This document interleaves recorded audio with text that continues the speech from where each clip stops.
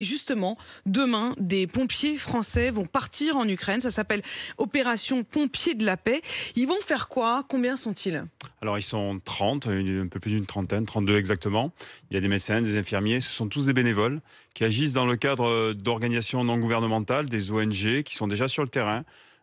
Qui sont en Pologne, à la limite de la frontière ukrainienne, à Medyka précisément. Et donc, un premier bilan a été fait la semaine dernière pour savoir ce dont on avait besoin là-bas, sur place, avec les autorités, l'ambassade de France.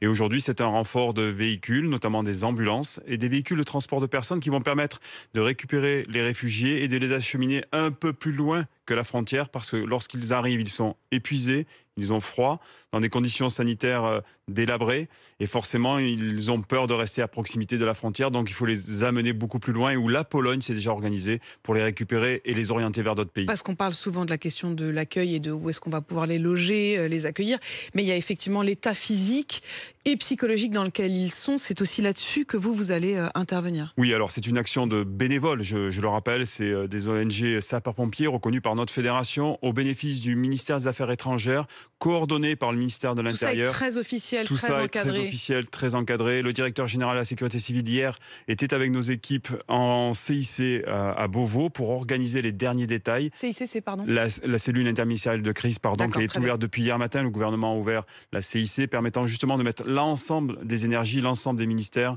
dans cette action-là. Et vous lancez d'ailleurs un appel à la générosité des entreprises et des industriels. Je reçois d'ailleurs Michel-Édouard Leclerc tout à l'heure à 8h30, le patron des supermarchés Leclerc. Vous aussi, vous lui lancez un appel. Est-ce que je peux le relayer?